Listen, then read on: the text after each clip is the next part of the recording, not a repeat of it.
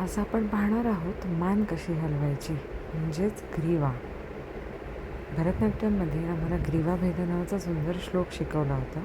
आपण तो श्लोक नाही करणार आहोत, पण बाजूबाजूला मान कशी हलवायची आणि जर्की मूवमेंट्स न करता स्मूथ पद्धतीने आपण कशी मान हलवू शकतो ते आज आपण पाहणार आहोत. त्यांना एक सिंपल एक्सरसाइज करा. अधोमुख शिखर खांद्यावर ठेवून मान हलवायचा प्रयत्न करा. एक एक हात काढून मग हळूहळू मान बाजूबाजूला मूव्ह करा.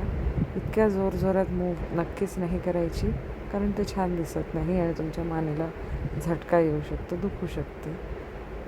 साईड बेंडिंग करू नका, मान पुढे पुढे ढकलू नका.